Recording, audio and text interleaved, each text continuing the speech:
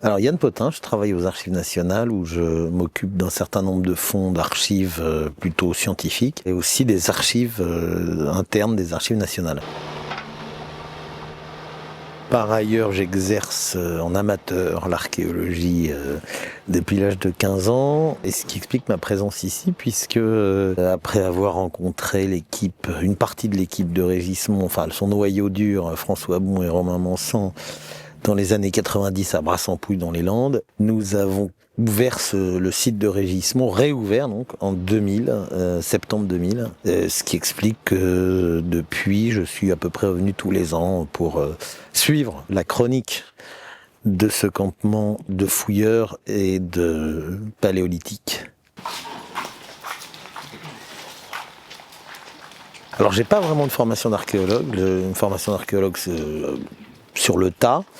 Et en fait, j'ai longtemps hésité, effectivement, quand j'étais dans les années après le bac, puisque j'avais effectivement eu le coup de cœur pour l'archéologie préhistorique. Je précise d'ailleurs que j'ai jamais vraiment fait d'archéologie autre que préhistorique. J'étais pas tout à fait sûr que la préhistoire satisferait tous mes envies intellectuelles. Alors assez vite, j'avais aussi un intérêt pour le Moyen-Âge, et puis qui s'est transformé aussi en intérêt pour les archives en général. Pas simplement les archives médiévales, sur lesquelles j'ai pas mal travaillé pour ma thèse d'école des Chartes, le trésor des Chartes même pour être plus précis, des rois de France, dans la longue durée. Et en fait, c'est dans fin des années 90, début des années 2000, que j'ai renoué, ou que j'ai essayé de nouer un lien, mais qui reste essentiellement récréatif et amateur, entre archives et préhistoire. Pas seulement les objets comme des archives du sol, selon la métaphore habituelle, mais plutôt les archives des préhistoriens et des préhistoriennes, qui en fait provient, disons, d'une approche que j'ai rencontrée autour de Brassempouy avec Henri Delporte, qui, dans les années 80, avait sollicité des vieux fonds d'archives du 19e pour éclairer les fouilles anciennes. Et depuis, en quelque sorte, je me suis fait une petite spécialité d'identifier les fonds anciens et moins anciens d'archéologues préhistoriques, et on constate par le fait que la fouille archéologique, et notamment en préhistoire où il n'y a pas d'écrit, est une fouille très labile et très indiciaire et très peu parlante, que les préhistoriens sont des grands conservateurs d'archives, de leurs propres archives, avec d'ailleurs un peu comme les chasseurs, un certain goût pour la dissimulation. Il y a toute une transmission depuis un siècle au moins d'archives concernant des sites, des opérations archéologiques diverses et variées. Et c'est vrai qu'à Brassempouy, il y avait matière avec les archives d'Édouard Piette qui étaient dispersées, non identifiés, puis réidentifiés au muséum.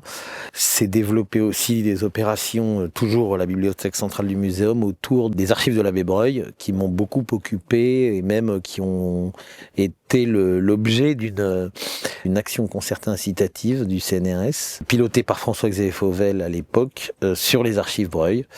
J'avoue que ça nous a ouvert, avec François et d'autres, beaucoup de perspectives et une sorte de repérage systématique de tous les fonds. Et alors bon, c'était dans les années 2003-2005, donc ça fait près de 20 ans.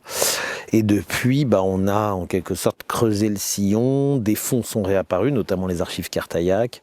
Mais ça concerne le 19e siècle. Alors le paradoxe, c'est sur le 20e siècle, j'ai pu mener ponctuellement, ou aider à mener, notamment récemment avec les archives de Jean Combier, des opérations de sauvegarde plus systématiques vers des services d'archives départementales. Ici, c'est pas du tout représentatif, puisque c'est un site où il y a des fouilles anciennes, bien entendu, celle de Guy Morin.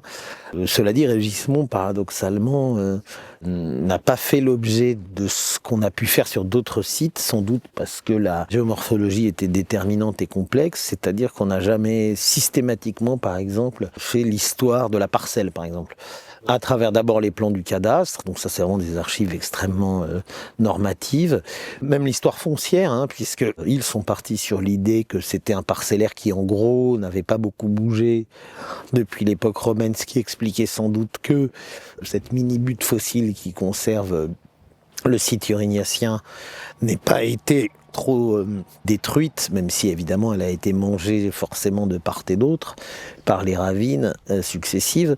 Cette vaste parcelle qui nous a coûté beaucoup de coups de pioche en l'an 2000, puisque on n'arrivait pas à localiser le site à l'intérieur de la parcelle, il était parfaitement planifié. Morin avait fait un plan à petite échelle très précis, mais on n'arrivait pas à localiser le site. Ça fait partie des petites aventures des débuts, mais c'était quand même une très grande parcelle. Et à la fin du XVIIIe siècle et encore au début du XIXe siècle, cette parcelle est divisée en 3.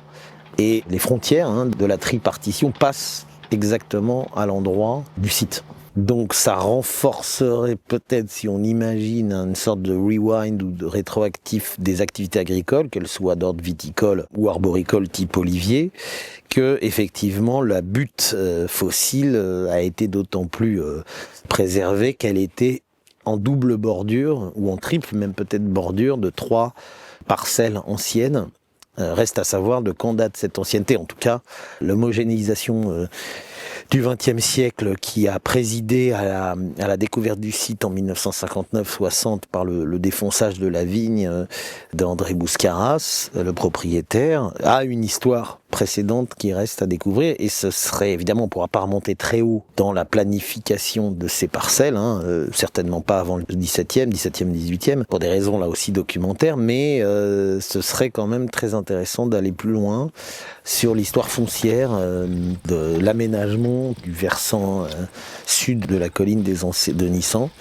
C'est assez troublant qu'en projetant le cadastre sur les plans morphologiques faits par Romain et François, ce parcellaire ancien et qu'on croyait unique coïncide à peu près avec les frontières du site. Le problème, c'est la publication. On le voit d'ailleurs, puisque ça fait 22 ans que Régismond est en cours de fouille. Enfin, c'est plutôt le problème croisé entre la longueur des recherches et l'achèvement des publications.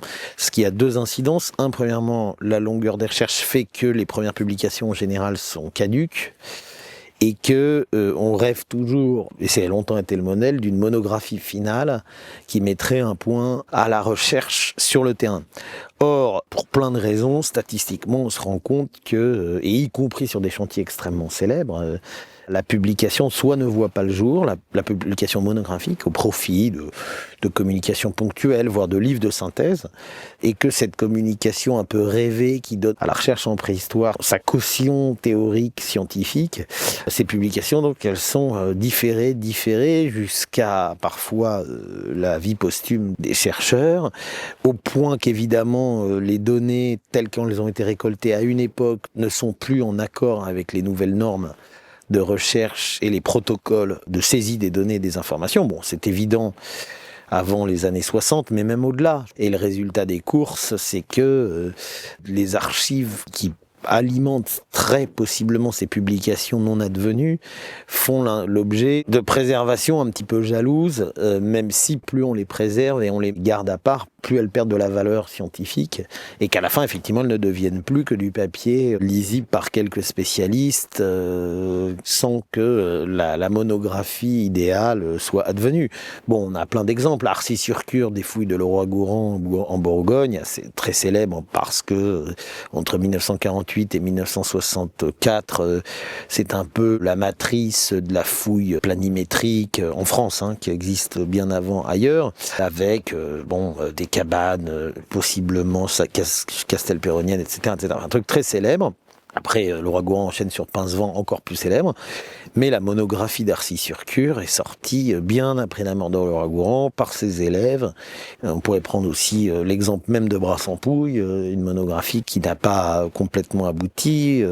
C'est vrai que tout ça pèse sur le statut des archives archéologiques. Alors je reviens au carnet de fouilles, proprement dit, aux feuilles de fouilles ou carnet de fouilles, au sens, le protocole de base de la collecte des données qui donc longtemps a été sur papier. Maintenant, c'est vrai qu'avec l'enregistrement automatique des coordonnées, ça perd un tout petit peu de sa valeur, mais en général, ça, les feuilles de fouilles et les carnets de fouilles accompagnent les collections, puisque les collections issues des fouilles font aussi l'objet de rapports de force, d'enjeux de pouvoir, ne serait-ce que pour donner ou non à un tel ou une telle à étudier. Mais en général, les carnets de fouilles sont détachés et à part et accompagne les collections. C'est assez rare de voir finalement les deux détachés, puisque sinon, surtout en préhistoire, les collections, son carnet de fouilles sont des sacs d'os et de cailloux. Mais c'est tout le reste, c'est les correspondances, les dossiers juridiques, les plans, toute la documentation d'archives, disons, de contexte. La production elle-même, après tout, les archéologues, même s'ils aiment beaucoup les archives et qu'ils assimilent les objets à des archives, quand même pour eux, ce qui fait le cœur du sens, c'est les objets, donc c'est pas les archives, c'est sûr. Voilà. Ça et ça. Ouais. Lui est Tu vois. au fond à gauche. Okay. Dans la réalité, j'ai 105. 105. Donc c'est 105 divisé par 5, puisqu'on est sur du 1 cinquième. Donc ça fait 21 cm. Il n'y a pas tant de différence de méthode entre le 19e siècle et les années contemporaines. Et contrairement à ce qu'on dit, c'est-à-dire que pendant longtemps, la modernisation des techniques de fouille dans les années 50, par, on va dire, la cotation quasi millimétrique, a donné l'impression qu'il y avait une révolution radicale. Ce qui fait que moi, quand j'ai commencé dans les années 90, et ça a continué encore aujourd'hui, et beaucoup de préhistoriens un peu positivistes le pensent, toutes les fouilles anciennes étaient des mauvaises fouilles, parce qu'elles gâchaient les sites, elles détruisaient des sols, etc. Il y a deux raisons pour ça. C'est que d'abord, dans les années 50-60, et le Rogoran n'y est pas pour rien, mais il n'est pas le seul, il y a eu une sorte de renversement de perspective. On est passé du vertical à l'horizontal. Ce que je veux dire par là, c'est que fondamentalement, les préhistoriens du milieu du XXe siècle, parce qu'ils ont de nouvelles outils de mesure, sont plus optimistes ou idéalistes sur la manière de faire parler le sol que les préhistoriens du 19e. Les préhistoriens du 19e qui sont tout autant, voire parfois plus géologues que certains préhistoriens du second XXe siècle, même si aujourd'hui on peut dire qu'avec la sédimentologie, il y a peu de préhistoriens qui font comme si les phénomènes post-sédimentaires affectaient pas vraiment la structure des sites. Mais disons que les préhistoriens du 19e, déjà pour eux, c'était un miracle que des objets aussi anciens, même s'ils n'avaient pas la même profondeur de temps, mais pour eux c'était très très ancien, parce qu'ils n'avaient pas le carbone 14, mais ils imaginaient quand même plusieurs centaines de milliers d'années à la préhistoire. Pour eux déjà c'était un miracle qu'il y ait des objets conservés. Ils avaient une idée beaucoup moins ethnographique, beaucoup moins topographique de la conservation des sites. Et fondamentalement, leur problématique, c'était de dresser une chronologie. D'où leur approche qui était essentiellement verticale. Leur but était de construire une chronologie intersite. Et pour ça, d'avoir une approche par tranchée qui, effectivement, ne favorise pas l'exhaustivité du matériel. Ça a permis aussi, entre parenthèses, cette approche de conserver beaucoup de lambeaux et de témoins sur des anciens sites, même si souvent ces anciens sites ont été tranchés à plusieurs étapes, notamment les sites classiques, au point parfois d'être entièrement vidés. Fondamentalement, la fouille préhistorique, c'était un échantillonnage, surtout pour la faune. Là, ils n'avaient vraiment pas une vision, on va dire, statistique. Donc la faune, c'était uniquement un indice climatique. Alors c'est vrai que quand l'art est arrivé, dans l'art mobilier dans les années 1880, c'est sûr que ça a créé d'autres envies, mais même s'ils identifiaient des foyers, ou des fantômes de foyers, pour eux, c'eût été trop beau de faire parler à ce point-là les sites. Et alors le paradoxe, c'est que cette vision verticale s'est horizontalisée progressivement grâce aux sites de plein air. Il est vrai, puisqu'il ne faut jamais oublier que la méthode de fouille en plan, immortalisée donc par le roi Gourand si on veut, mais enfin les décapages, les fameux grands décapages, a été inventée dans les années 20 par les soviétiques, les préhistoriens soviétiques, dans les plaines d'Ukraine, Kostiensky, etc., et d'autres, notamment par Semenov, et parce que justement le plein air dans ces zones offrait une vision, par définition horizontale, des conservations finalement parlantes sur le plan aéral et pas comme dans les grottes. Au XIXe siècle, ce qui commande aussi la fouille verticale par tranchée, c'est le fait que l'essentiel des recherches porte sur les grottes par cette espèce de malédiction. C'est cette idée que la préhistoire doit se trouver nichée dans les grottes. Et c'est vrai que dans les grottes, par définition, la probabilité de conservation des sols, ne serait-ce que du fait de l'érosion locale et de la circulation au sein des karstes, est très peu probable. Et bizarrement, alors que le modèle de la fouille planimétrique était vraiment un modèle de plein air, ça a développé un peu les fouilles de plein air pour la préhistoire, mais c'est vrai que l'identification des sites de plein air est très compliquée, par définition, soit parce que ils ont été statistiquement mangés par l'agriculture pendant 6000 ans, en Europe en tout cas. On peut imaginer que des régissements, il y en a des dizaines et des dizaines. Seulement, pour qu'un régissement soit identifié, il faut 3 choses. Un défonçage de vignes, un propriétaire archéologue amateur, André Bouscaras, archéologue sous-marin et antique, mais quand même, un amateur ami de cet archéologue, qui par ailleurs a 2 mois consacrés pour faire une fouille, là où peut-être, comme dans 99% des champs qui sont labourés, un seul échantillonnage aurait été fait.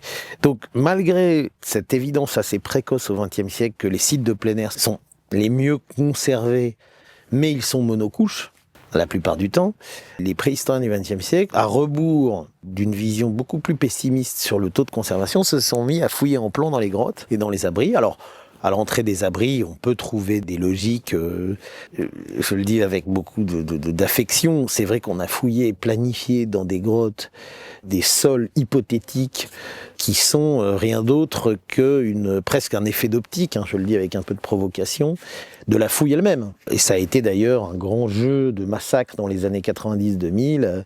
En fait, beaucoup des préhistoriens, surtout de formation non naturaliste, quand ils disaient sol, ils entendaient d'habitat.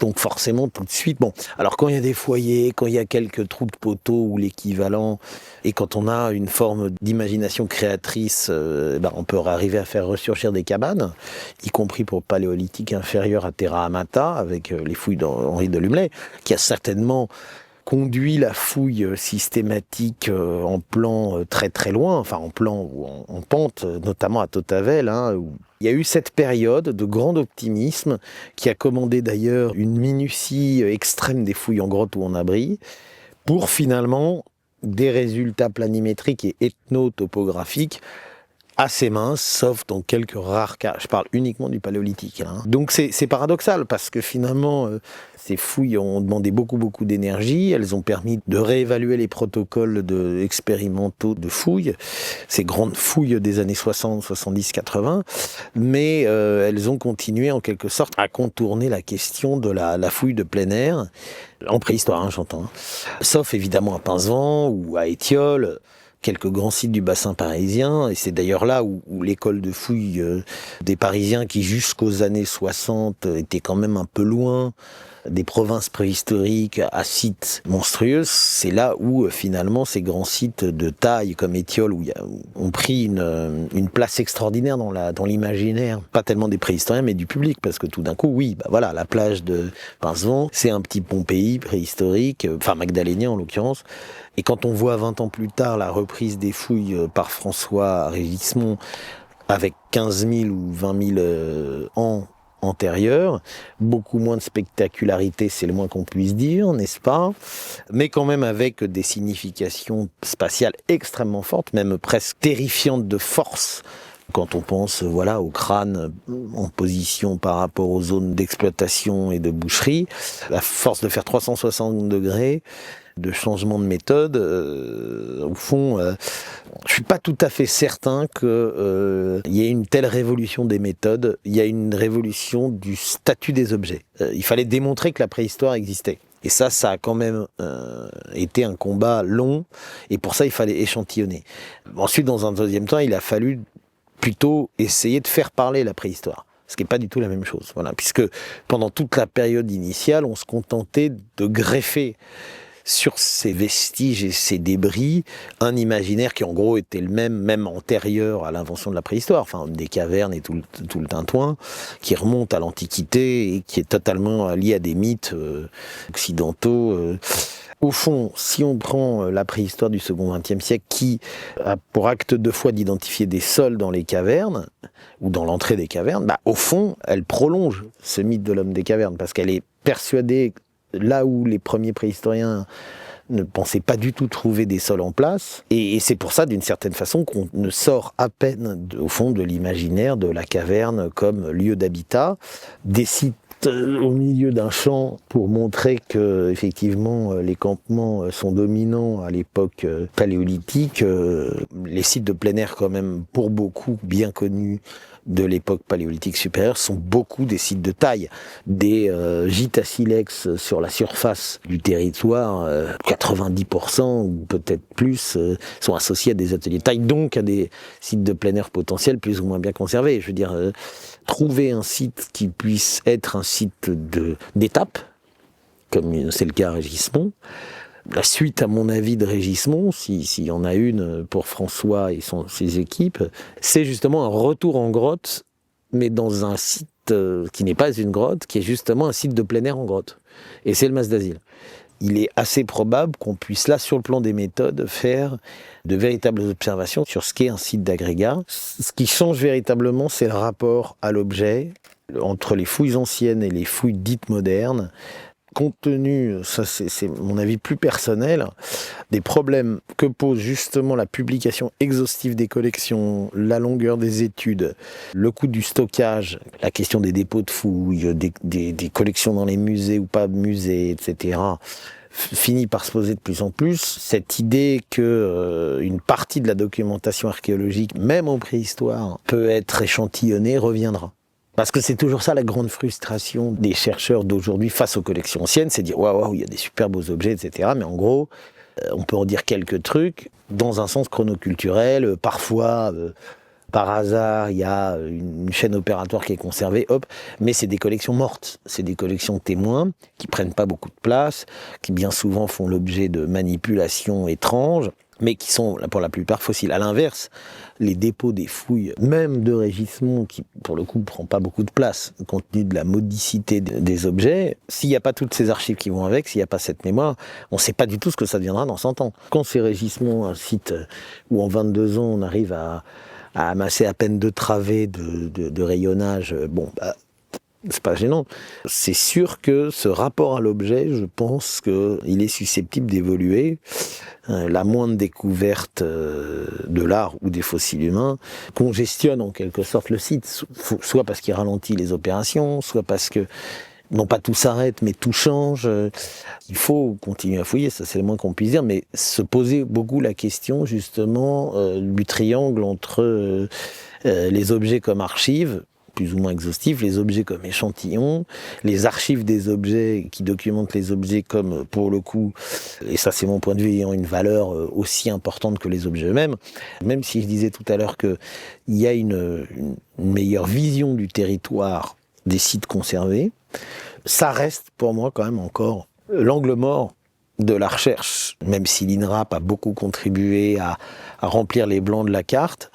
Moi, si j'étais préhistorien aujourd'hui, je lancerais une véritable carte archéologique, plus détaillée et surtout plus contradictoire. C'est-à-dire, plutôt que de faire strictement l'inventaire des sites conservés, en les mettant bout à bout ou côte à côte, je ferais l'inventaire des sites non conservés. L'inventaire des lacunes autant que des pleins, et notamment pour les sites de plein air. Évidemment, ça n'a pas de sens, mais ça suppose, en fait, retourner dans les collections privées, les ramassages de surface dans les fonds de grange.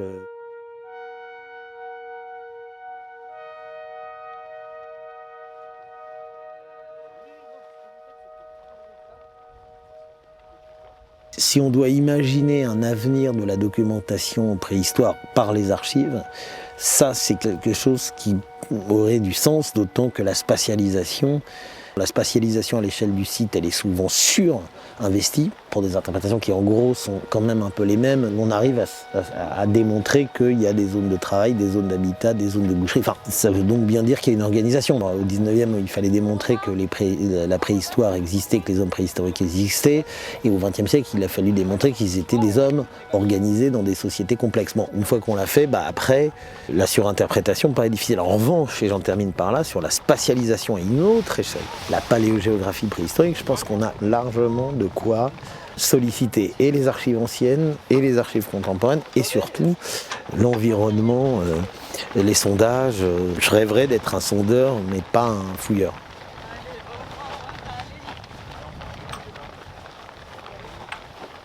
il est quand même probable que sur les 200 000 ou 300 000 ou 500 000 ou ce qu'on veut, mais bon, même si sur les 40 000 ans du Paléolithique supérieur, ça suffira, ou 30 000 ans plutôt, il est probable qu'il y ait peu de centimètres carrés de la surface non inondable, par exemple d'un territoire comme l'Hérault, la France ou n'importe quoi, qui n'ait pas été parcouru par ces êtres-là, si peu nombreux qu'ils soient. Les études de technologie lithique ont encore de l'avenir devant elles, mais elles ont eu un énorme essor dans les années 80-90, qui s'accompagnait, comme chacun sait, de cette magnifique paléogéographie des sites de provenance du silex, qui a dressé une carte. Et je pense qu'en continuant à spatialiser à d'autres échelles, la préhistoire pourra enfin sortir de la caverne.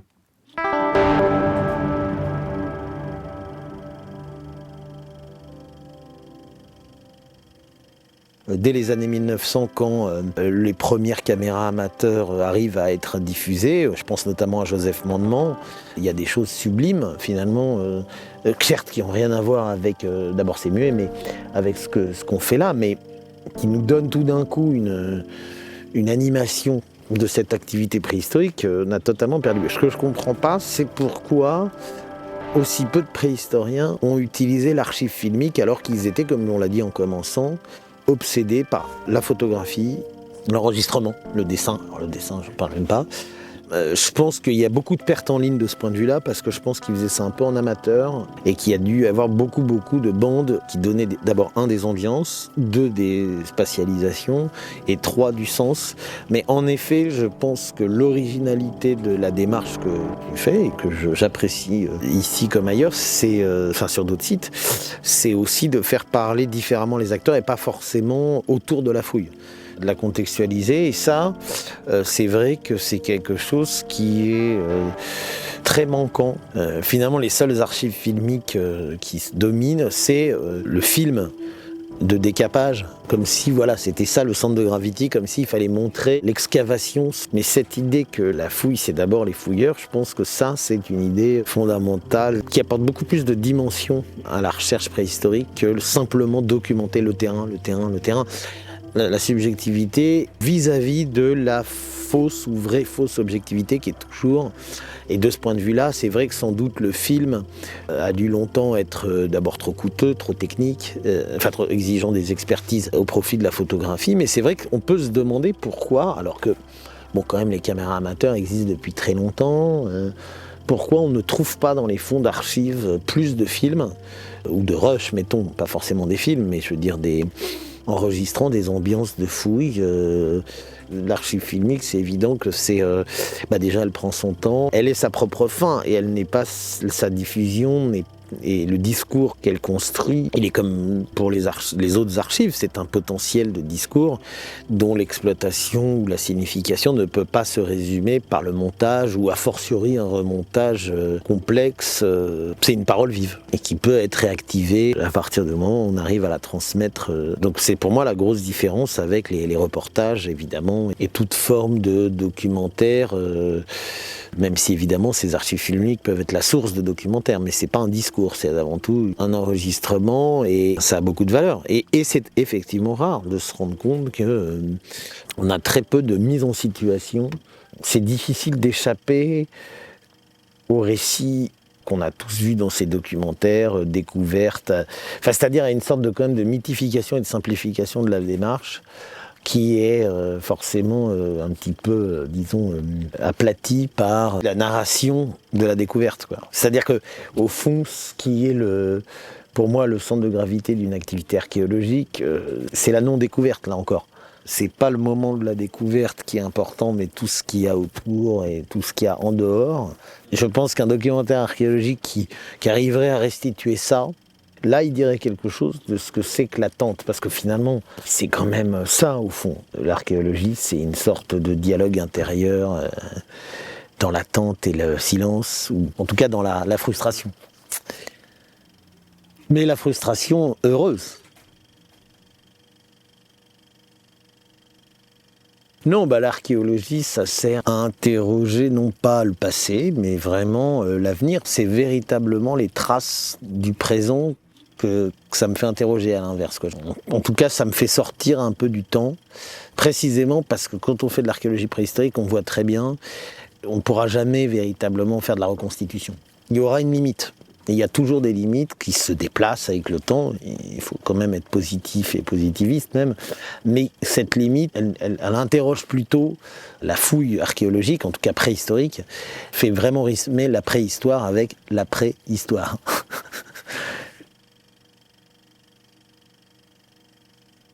Dieu est mort, c'est sûr, avec l'homme des cavernes et là, on va dire l'invention de la préhistoire, mais pas la croyance en Dieu. Le revers tout à fait heureux de se rendre compte qu'évidemment les hommes primitifs, terme qu'on n'emploie plus, mais en tout cas que les hommes préhistoriques et les femmes préhistoriques n'étaient pas des sauvages et a fortiori étaient même des êtres humains tout à fait modernes et structurés sur le plan et biologique et culturel et social, a immédiatement posé la présence des croyances dans leur culture.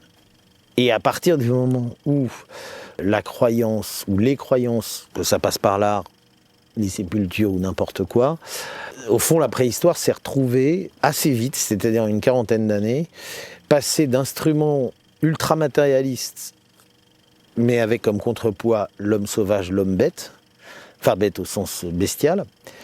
Et là, il n'y avait pas de problème, c'était le rêve des anticléricaux et athées d'utiliser cette sauvagerie préhistorique pour montrer qu'il n'y avait pas de création divine, mais en même temps, ça a réuni et fait communier autour de la préhistoire, et ça continue des confessions multiples et des cléricaux comme des anticléricaux. Très vite, ça a antidaté le sentiment religieux de l'homme. Ou plutôt, ça l'a fait remonter terriblement dans le temps. Donc Dieu a peut-être disparu, mais pas son besoin, en fait.